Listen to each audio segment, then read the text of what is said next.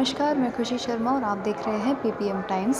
इस वक्त हमारी मौजूदगी है बीजेपी के हेडक्वार्टर्स में, क्योंकि जैसा कि हम सभी जानते हैं कि भारतीय जनता पार्टी के 11 साल पूर्ण हो चुके हैं और इसी के कंसर्न में आज जेपी नड्डा जी, जो कि भारतीय जनता पार्टी के राष्ट्रीय अध्यक्ष हैं, उन्होंने ये कॉन्फ्रेंस रखी है जिसमें वो भाजपा की सफलताओं के बारे में बात करेंगे।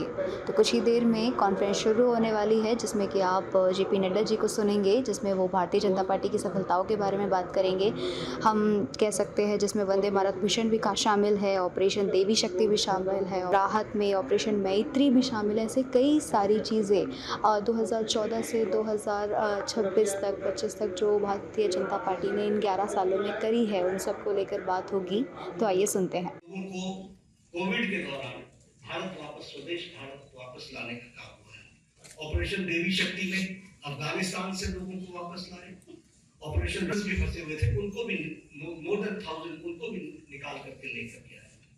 ऑपरेशन मैत्री में नेपाल में हमारा स्क्वाड में सबसे आगे थे। We were the first to reach and land in Kathmandu और हम लोगों ने राहत कार्य किया। और अगर मैं ऑपरेशन वैक्सीन मैत्री की बात करूं तो ये बार बार मैं याद दिलाना चाहता हूँ, मोर देन 150 कंट्रीज में हमने वैक्सीन को पहुंचाया और हमने कोशिश की कम से कम 48 कंट्रीज को तो फ्री वैक्सीन दी गई है और ये वैक्सीन मैत्री में भी हम प्रोएक्टिव हैं। कोविड मैनेजमेंट पर मैं जरूर बोलना चाहता हूँ, क्योंकि जब मैं रिस्पॉन्सिबल और रिस्पॉन्सिव गवर्नमेंट की बात करता हूँ, देखिए ये पेंडेमिक सारी दुनिया के लिए है। ये पेंडेमिक इस शताब्दी का सबसे बड़ा पेंडेमिक है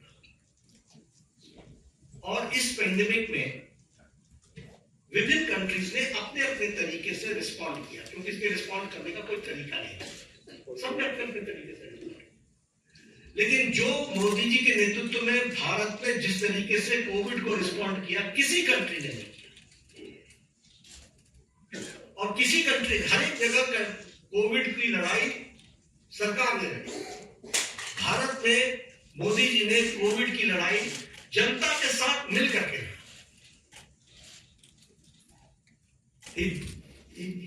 वो उन्होंने जनता को साथ लेकर के चलने का तय किया और इसीलिए जनता कर्फ्यू। दूसरे देशों में लॉकडाउन के खिलाफ आंदोलन हो गए, वैक्सीनेशन न लेने के आंदोलन चले, लेकिन भारत अकेला देश है जिसने 220 crore double dose free of cost लगा करके world's largest and the fastest vaccination programme लग जाए। लेकिन all schemes dedicated to SC, ST और हमारे ओबीसी, उसी तरीके से महिलाओं के लिए विशेष करके ध्यान दे करके विमेन लेड गवर्नमेंट, विमेन को आगे रख करके बढ़ाने का काम करना, यह काम भी हमारी सरकार ने किया। जब हम ये विमेन की बात करते हैं, फिर हेल्थ के सेक्टर में आप ले लीजिए, right from conception to delivery, फिर डिलीवरी के बाद vaccination, all programmes have been taken by government of India, all programmes. उसी तरीके से मैटरनिटी लीव, उसको 12 से 26 वीक्स तक बढ़ाना विद देखें तो महिलाओं को, फिर चाहे आपने देखा इसरो में भी जब तस्वीर आई, जब चंद्रयान पे उतरा था, तो सबसे ज्यादा आपको वहां पर साइंटिस्ट महिलाएं दिखी थी।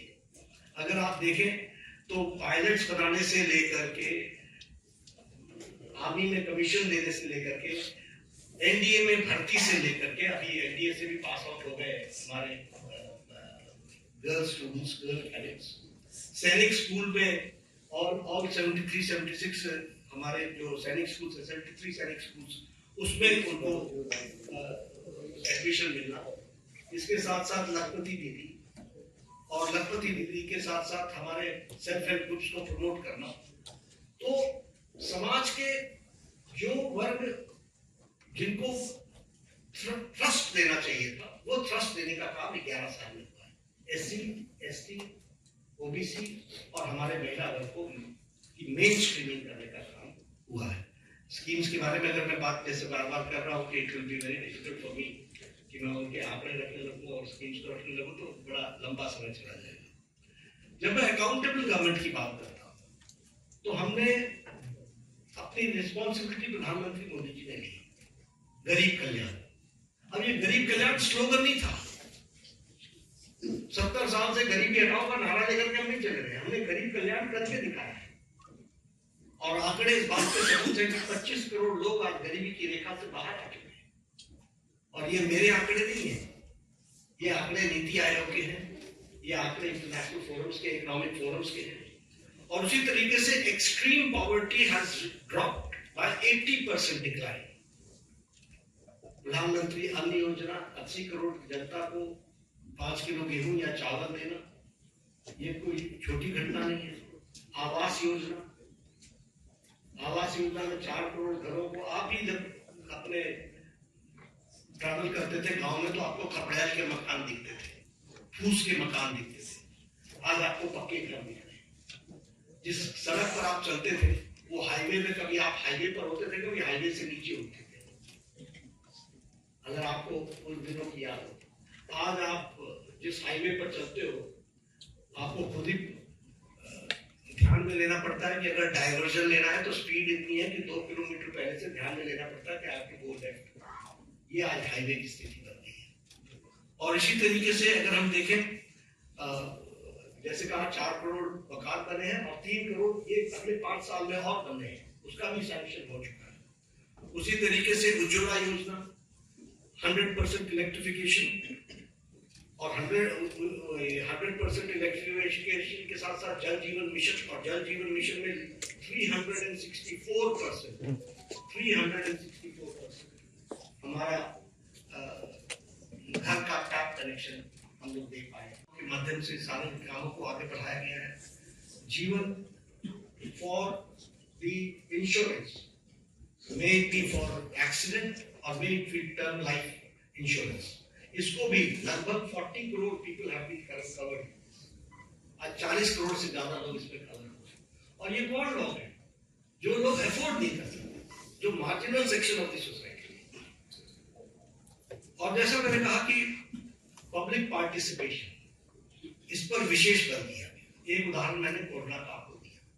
कोरोना भारत सरकार के साथ साथ जनता ने लड़ा है, बाकी सब जगहों पर नहीं लड़ा है, बाकी सब जगहों पर स्ट्राइक्स हुई। They have rejected the initiatives taken by government. Vaccination का भी हो चाहे लॉकडाउन का भी हो, हर एक मामले में उनको विरोध हो रहा है। लेकिन यहाँ पर पीपल्स पार्टिसिपेशन, पीपल को साथ लेकर के चले। हमारे राजनीतिक दल लाभ उठाने के लिए किस तरीके से जनता को उकसा रहे हैं, आप भूल गए, मैं भूलता नहीं, किस तरीके से जनता को उकसा रहे थे। लेकिन भारत का आम व्यक्ति बैंक के सामने घंटों खड़ा रहा, लेकिन he supported the demonetisation programme. This is people's participation. और मैं इसलिए बताना चाहता हूं कि लीडरशिप पर भरोसा होता है तो किस तरीके से जनता बिहेव करती है, this we have to understand. अगर मैं बात करूं न्यू एजुकेशन पॉलिसी, यही देश है जहां एजुकेशन पॉलिसी को लेकर एजुकेशन की मिनिस्टर्स की कॉन्फ्रेंस एक साथ नहीं हो पाती थी, वहां आज हम एजुकेशन पॉलिसी पर एक साथ आ गए। क्यों? क्योंकि कंसल्टेशन इतना वाइड हुआ कि उस कंसल्टेशन के कारण सीमलेस तरीके से न्यू एजुकेशन पॉलिसी 2020 है। हेल्थ पॉलिसी 2017 की आपको पता ही नहीं चला कि नई हेल्थ पॉलिसी आ गई। आपको इसलिए नहीं पता चला क्योंकि कोई झगड़ा नहीं हुआ, कोई इश्यू क्रिएट नहीं हुआ, कोई ऐसी चीज नहीं आई। और कंसल्टेशन इतनी वाइड हुई और इतने होलिस्टिक अप्रोच में हुई कि वो सब भी आप लोगों ने देखा है। स्वच्छ भारत अभियान आपके ही आंकड़े बताते हैं कि one of the most successful programme. सिर्फ टॉयलेट्स बनाना ही नहीं, लेकिन हेल्थ के इंडिकेटर से भी ले तो हमको स्वच्छ भारत अभियान का सीधा फायदा दिखता हुआ नजर आता है। जब हम देखते हैं कि हमारे बच्चों की उनको जो प्रॉब्लम्स होती थी उसमें डिक्लाइन आ गया है, तो ये सारी बातें हमको जनता के सपोर्ट से मिली है। जब मैं ट्रांसपेरेंट गवर्नमेंट की बात करता हूं तो आपने देखा होगा डीबीटी का लगभग 130 टाइम्स ट्रांजैक्शन बढ़ गया है। और उसी तरीके से जैम ट्रिनिटी ने 3.9 लाख करोड़ की लीकेज को रोका है। और उसी तरीके से हमारे ट्रांसपेरेंट टैक्सेशन को और उसको भी हम लोगों ने लॉन्च किया ताकि ट्रांसपेरेंट टैक्सेशन का प्रोसेस को अडॉप्ट करें और कोई भी ऑनेस्ट टैक्स पेयर को उसका लाभ मिले। प्रगति के माध्यम से सारी स्कीम हम जनता के लिए समर्पित कर सके, इस बात का प्रयास हुआ है। कोऑपरेटिव फेडरलिज्म की अगर मैं बात करूं तो ये स्लोगन नहीं है, जीएसटी इज एन एग्जाम्पल और ये बोल्ड डिसीजन का एक एग्जाम्पल है। आखिर जीएसटी के पीछे डेलिब्रेशन तो सालों से चल रही थी, व्हाई वाज नॉट इम्प्लीमेंटेड? और इम्प्लीमेंटेशन में 17 टैक्सेस, 13 सेसेस, सरचार्जेस को सब्स्यूम किया गया है और सभी स्टेट्स एक साथ एक प्लेटफॉर्म पर आए हैं और आज tax collection 20.8 lakh crore year हो चुका है। उसी तरीके से टैक्स डिवोल्यूशन को स्टेट्स को 283% करता है। हमारे स्टेट्स आपको मालूम है राजनीतिक कारणों से कुछ लोग हमेशा चर्चा करते रहते हैं स्टेट्स की अनदेखी हो रही है, स्टेट्स की अनदेखी हो रही है। The increase is 283% increase। और मैं बतौर हेल्थ मिनिस्टर कहता हूं कि जब भी कोई आता है हमेशा सबको बोलते हैं finance is not the problem, implementation is your problem. आप उसको इम्प्लीमेंट करो, फाइनेंस की कोई प्रॉब्लम नहीं। और जो हम इसको करके दिखा रहे हैं उसी तरीके से हमारी नीति आयोग की रेगुलर मीटिंग्स होना, चीफ मिनिस्टर्स का पार्टिसिपेट करना, कोरोना के दौरान 11 फॉर्मल मीटिंग्स हुई। इसलिए कोऑपरेटिव फेडरलिज्म में सबको साथ लेकर के चलने का मोदी जी का मन और मोदी जी के द्वारा हमेशा उसको आगे बढ़ाने का काम किया गया है। और स्टेट्स को, और प्रधानमंत्री ने कई बार कहा है कि अगर देश को आगे बढ़ाना है तो हमको प्रदेशों को आगे बढ़ाना है। और ये एस्पिरेशनल डिस्ट्रिक्ट्स के लाने के कॉन्सेप्ट किसके पास, किसने दिया? ये मोदी जी ने दिया। ये स्टेट्स की ही तो डिस्ट्रिक्ट्स हैं जिनको मेन स्ट्रीमिंग करने का, उनको ताकत देने का काम किया जा रहा है। फ्यूचरिस्टिक गवर्नमेंट है और फ्यूचरिस्टिक गवर्नमेंट अगर हम कहते हैं तो चाहे वो इंडिया का एआई मिशन हो, फिर चाहे वो हमारा स्कीम्स को आगे बढ़ाने का हो, चंद्रयान 3 हो, आदित्य L1 हो या फिर गंगायान मिशन हो, ये सब देश को फ्यूचरिस्टिक दृष्टि से कैसे देख रहे हैं उसका एक जीता जागता तस्वीर है। और फ्यूचरिस्टिक गवर्नमेंट का सबसे बड़ा एग्जाम्पल है विकसित भारत की कल्पना को साकार करना। उसके लिए हम कटिबद्ध हैं, उसको हम आगे बढ़ा रहे हैं। कि प्रधानमंत्री मोदी जी ने हर समस्या को सामने से कन्फ्रंट किया। He has confronted from the front। कभी इधर उधर की बात नहीं की है। और आज मैं इसकी चर्चा जरूर करना चाहूंगा और आपको याद दिलाना चाहूंगा। एग्जाम्पल्स मेरे पास बहुत है, लेकिन जब पूरी की घटना घटी तो प्रधानमंत्री जी ने अपने भाषण में कहा था इसका जवाब दिया जाएगा।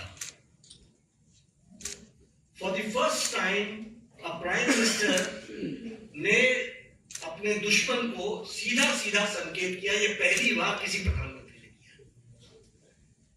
आप सब लोग इंटरनेशनल पॉलिटिक्स को समझते हैं, इसके वाक्य का अर्थ समझना चाहिए। और उसके बाद सर्जिकल स्ट्राइक हुआ।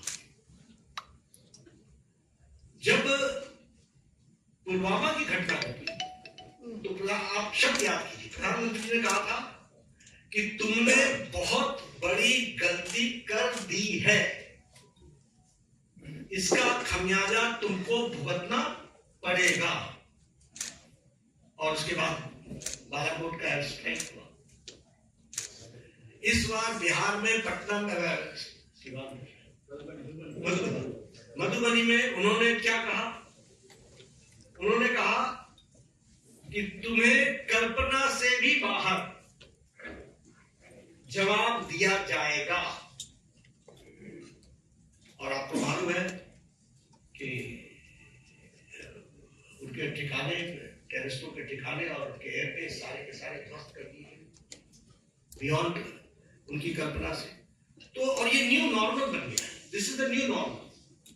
प्रधानमंत्री जी ने इस कन्फ्रंट करते हुए सामने से कहा है, एक स्पष्ट रूप में कहा है कि कोई भी टेररिस्ट घटना को एक्ट ऑफ वॉर समझा जाएगा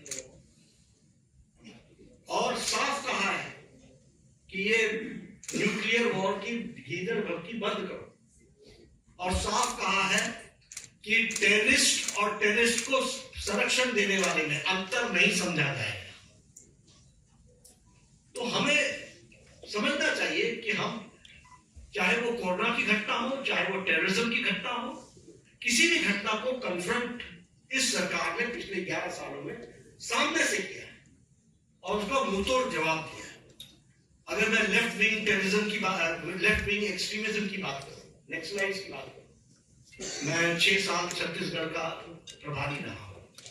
मैंने कोंटा, सुकमा, बीजापुर, नारायणपुर, दंतेवाड़ा, ये सारे डिस्ट्रिक्ट घूमे, अच्छे तरीके से नाइट स्टे किया।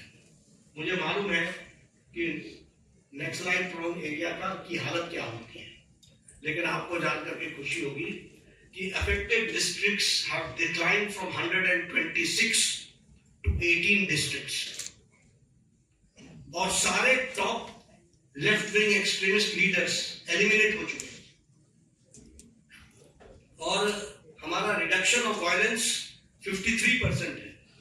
जो फेटलिटीज सिक्योरिटी फोर्सेस की होती थी उसका रिडक्शन 72% है और रिडक्शन ऑफ डेथ 70% है। तो लगभग हम उसको समाप्त करने की ओर आगे बढ़ते। एक समय था कि एक डिफेंस मिनिस्टर ये कहते थे कि हम बॉर्डर के रोड इसलिए नहीं बनाते हैं ताकि दुश्मनों को आने का मौका मिले, और आज बॉर्डर रोड्स में 8,000 किलोमीटर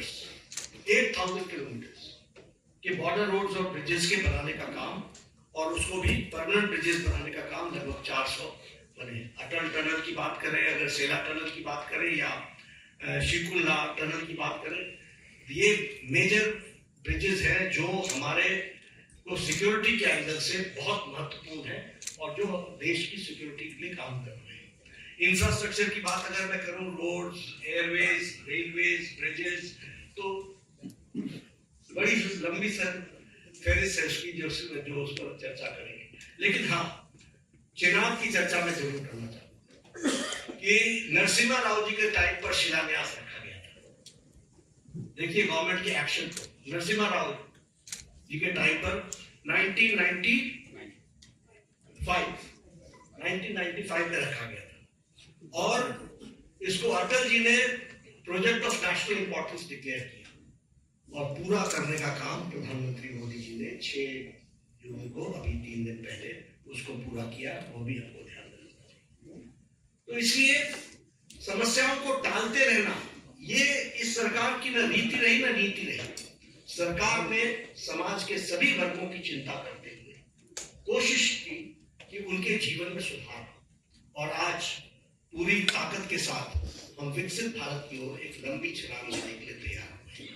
पिछले 11 वर्षों में मैंने पहले कहा कि अनइमेजिनेबल, जो किसी ने कल्पना नहीं की थी, वो काम हुए हैं और इसके साथ साथ पिछले 11 साल में देश को एक विकसित भारत की तरफ ले जाने में और समाज के सभी वर्गों को साथ लेकर के चल करके आगे बढ़ने में प्रधानमंत्री मोदी जी का नेतृत्व तो सफल रहा है। और आज 11 साल पूरे होने पर मैंने कोशिश की, it is very difficult to comprehend the whole work done in last 11 years, but I've tried to point out some major things and I've tried to highlight the issues, the policies and programs जिनके माध्यम से इस कार्य को पूरा करने का काम प्रधानमंत्री। धन्यवाद। बहुत बहुत धन्यवाद आदरणीय राष्ट्रीय अध्यक्ष जी। अभी अध्यक्ष जी के भाषण के दौरान, प्रेस वार्ता के दौरान ही बहुत बड़ी संख्या में आप लोगों के मैसेज आए सवालों के लिए। इतनी बहुत बड़ी संख्या में आए, हम कोशिश करेंगे कुछ सवालों का जरूर जवाब सवाल आप लोगों के लिए। इसके एकदम बाद ही राष्ट्रीय अध्यक्ष जी को प्रदर्शनी का उद्घाटन करना, आप सब लोग उसमें भी आमंत्रित हैं, तो कुछ सवाल जरूर हम लोग कोशिश करेंगे कि आप लोगों के लिए। आप हिमाचल जीत लेते हो, कर्नाटक जीत लेते हो, तब आपको कोई तकलीफ नहीं होती। आप जब चुनाव हार जाते हो तो ये तो बचपन में सुना था ना कि जब जीतने लगो तो हम बहुत अच्छे क्रिकेटर और हारने लगे तो अंपायर गलत। तो ये कोई तरीका थोड़ी ना है, सोचने का भी कोई तरीका नहीं। और मैं सच बताता हूँ, I am very serious about it. आप देखिए, उन्होंने 4 बार प्रेस कॉन्फ्रेंस किया, चारों में चारों अलग अलग आंकड़े हैं, इतने वोट जुड़ गए, इतने वोट जुड़ गए, हर बार आंकड़े अलग अलग हैं। तो जो इतने कैजुअल अप्रोच के साथ इतनी बड़ी संस्था को अटैक करते हो, कांग्रेस पार्टी को सोचना चाहिए कि उनका नेतृत्व कैसा है, क्या कर रहा है, क्या सोच रहा है, उसके बारे में वो सोचे। बिल्कुल जुड़ा हुआ ना। तो मैं तो इतना ही कहूंगा कि मैं ऑपोजिशन में रहा हूं, ऑपोजिशन को किस तरीके से सरकार में आना होता है, इसके तरीके अलग होते हैं। Akhilesh Sharma, Indian NDTV. जो पिछले 2 कार्यकाल थे उसकी तुलना अगर इस कार्यकाल से करें तो एक बड़ा अंतर ये है कि इस बार पूर्ण बहुमत से बीजेपी की सरकार आई है। जो पिछले बार 9 तारीख को सरकार की शपथ हुई तभी कांग्रेस पार्टी ने भविष्यवाणी कर दी थी कि ये सरकार ज्यादा लंबे समय नहीं चलेगी। लेकिन अगर स्थिरता की बात करें तो एक के बाद एक विधानसभा चुनाव जीतना और अब बिहार का विधानसभा चुनाव सामने है, इसको लेकर के आपका क्या आकलन है? वो सब स्थिरता की बात कांग्रेस कहती है कि ये सरकार पूरा अपना कार्यकाल नहीं कर पाई क्योंकि 2 सहयोगियों के ऊपर निर्भर। देखिए, एनडीए पूरा कार्यकाल भी करेगी और अगला कार्यकाल भी करेगी, आप उसको चिंता न करें। दिक्कत यह है कि जिन लोगों को तकलीफ है वो तो हमेशा इस तरीके की बातचीत करते रहेंगे। उनको कोई देश आगे बढ़े, राष्ट्र आगे बढ़े, इसकी कितनी चिंता है ये प्रश्न आ सकते हैं, लेकिन इसकी चिंता है कि मेरी पार्टी कैसे आए, हम कैसे आए। तो ये उनका स्वाभाविक तरीका है, वो स्वाभाविक रूप से इस तरीके के षड्यंत्र रचने की कोशिश करते रहेंगे। हमारी सरकार मजबूत है और यह 5 साल भी और इसके अगले 5 साल बहुत बहुत धन्यवाद। तो जैसा कि अभी आपने देखा, इस कॉन्फ्रेंस में जेपी नड्डा जी ने भाजपा के 11 साल खत्म होने के बाद की जितनी भी सफलताएं हैं इसके बीच की, चाहे वो डीमोनेटाइजेशन कह लीजिए, चाहे वो सर्जिकल स्ट्राइक कह लीजिए, चाहे वो जीएसटी कह लीजिए, चाहे वो जीडीपी कह लीजिए, तमाम चीज़ों को लेकर उन्होंने बात करी। 11 साल में जो भाजपा की सफलताएं हैं उनको लेकर बात करी और कहा कि आने वाले 5 साल भी बीजेपी इसी पेस से जो है वो दौड़ेगी, इन्हीं सफलताओं को और आगे ले जाएगी। इसमें जेपी नड्डा जी ने ऑपरेशन गंगा के बारे में, वंदे भारत मिशन के बारे में और जो चेनाब ब्रिज अभी इनोग्रेट हुआ है पीएम मोदी जी के द्वारा, उसके बारे में भी बात करी। ऐसी कई सफलताओं के बारे में बात करी गई है। और आज के लिए बस इतना ही। आगे की ऐसी और स्टोरीज के लिए बने रहिए मेरे साथ। मैं खुशी शर्मा, कैमरा पर्सन प्रदीप के साथ।